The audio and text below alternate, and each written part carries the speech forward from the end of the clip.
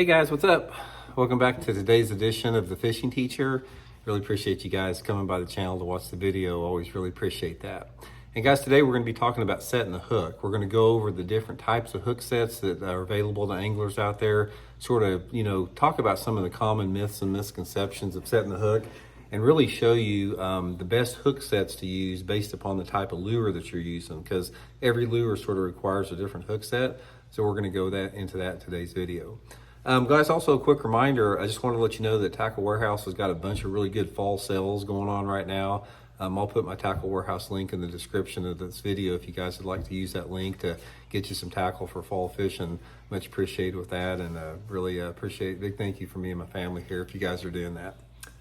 Okay guys, hook sets. I think a lot of people, for their bass fishing, it's like one hook set fits all. It's like when they throw out there, they get a strike and they just set the hook as hard as they can. I see them do this with, doesn't matter what it is. It could be a shaky head, a spinnerbait, a crankbait, a jig.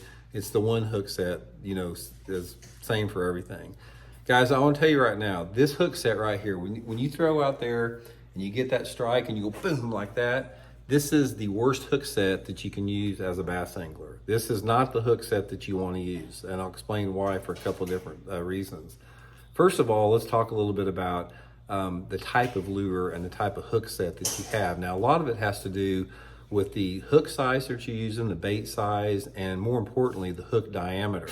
In general, the larger diameter, larger hook lures that you use, it requires more force on there. So you're going to have to put more force on the hook set. And conversely, the smaller diameter, smaller hooks require a lot less force on the hook set. So let's sort of go through the range here a little bit as far as from, the small hooks up to the big hooks, and I'll sort of go over the hook set on that.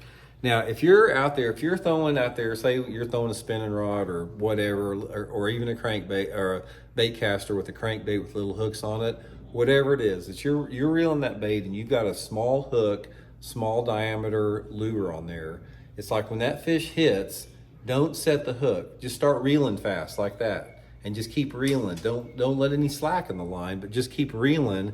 And as you're reeling, keep pulling your rod back like that. And what you're trying to do is those small hooks, since they are small diameter, they have a smaller point, and it's easier for them to penetrate. So you don't ever want to just like set the hook hard on a small hook, because most of the time that's a wire hook and they're going to flex and bend.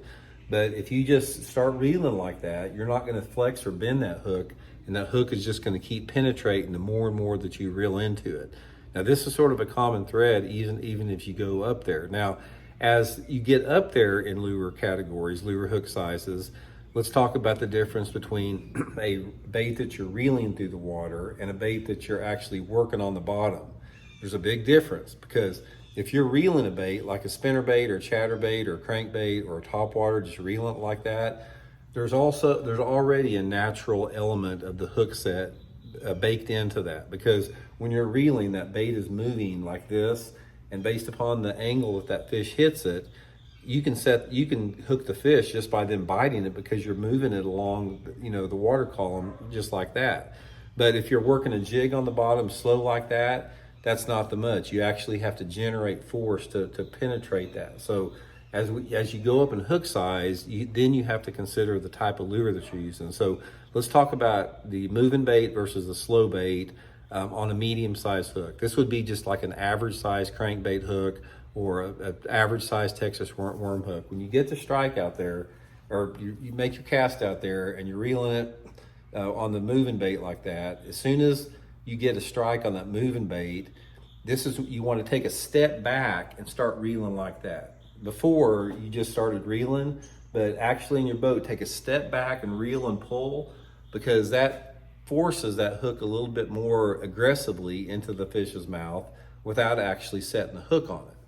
So that's one thing to remember on some type of a moving bait. Now, the next thing is on a medium type hook, like a finesse jig or a worm hook or something like that, and you're working it like that and you get the strike. What you want to do with it is when you get the strike, you don't want to reel down and set the hook like that. You want to reel down and let the fish move until it actually tightens your line out. And when that line gets tight and your rod is about 10 o'clock, just start, same deal, take a cast back and just start pulling back a little bit faster. It's not like pulling like that. You're pulling back like that faster. You're not whipping it, but you're pulling back and reeling. And if you have that jig hook or that worm hook, it's going to be penetrating a lot more in there. Now, as you go up in your heavier hooks, guys, say your big lures, like your big glide baits, your big swim baits, maybe a big 1 ounce spinner bait, a big 1 ounce jig if you're flipping. These larger hooks like there do require a little bit more force in there. So when I get a strike on that, let's say I'm reeling the big spinner bait or the big glide bait. When I get a strike in there, I'm setting the hook, but I'm not bowing to the fish. A lot of people they bow like that, then they set the hook, and that creates a slack line, and there's a snap in there, and you're going to lose a lot of fish by that snap hook set. So when you get a bite on a big hook bait that you're reeling, reel down like that, and then set the hook on a tight line. Don't ever set it on a loose line. You hear some people say that they like a slack set hook set. I've lost more fish on a slack hook set, especially on a bait like a jig, than anything. And that's the same thing with the jig. If you pitch that big heavy jig in there, you feel a thump on there, just tighten up on it, get your line tight, and set the hook like that on a tight line. So there's 2 elements in a hook set that's really important to remember. Number 1 is always pull and reel, doesn't matter what it is. And number 2 is never set the hook on a slack line. You always want to set the hook on a tight line. You're going to have less, stretch on your line when you do that. You have better control of the fish, and never let up. It's like when you're reeling that fish in, never let up or give it slack unless it goes the opposite direction, where you actually have to give it line, because you don't ever want to turn a fish's head to come in the opposite direction. That's one time that you will lose a fish. So anyway, I hope it helps you guys out. We'll talk later.